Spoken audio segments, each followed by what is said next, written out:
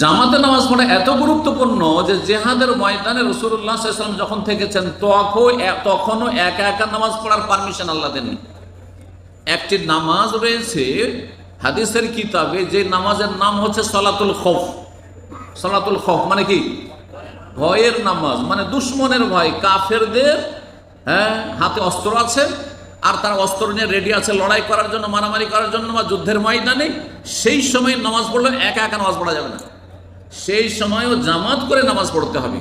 তার বিভিন্ন তরিকা আছে, 7-8টি প্রসিদ্ধ তরিকা হাদিসের কিতাবে রয়েছে, বিভিন্ন হাদিসের কিতাবে রয়েছে। কেমন করে নামাজ পড়বেন, শত্রু দল যদি কিবলার দিকে থাকে তাহলে নিয়মটা কেমন হবে, কিবলার ডানে বামে বা পিছনে থাকে তাহলে কেমন নিয়ম হবে, এক দল পড়বেন আরেক দল পাহারা দেবেন, ইমাম নামাজ পড়াবেন, এক দলকে 2 রাকাত অথবা 1 রাকাত, তারপরে আরেক দল তাতে শামিল হবেন। কিন্তু জামাত করে নামাজ পড়তে এই কথা বলা হয়নি যে একা একা পড়া চলবে।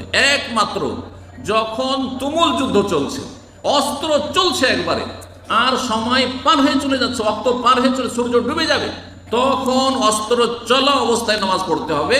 তখন শুধু জামাত মাপ আছে, না হইলে সাধারণ এমনি যুদ্ধ চলছে, কিছু লোক যুদ্ধে যদি কাফেরদের সামনে প্রস্তুত থাকে আর কিছু লোক জামাতে থাকে, তাতেই চলবে। তাহলে জামাত সহকারে নামাজ পড়ার হুকুম আল্লাহ স্বয়ং কোরআনে কারিমে দিয়েছেন।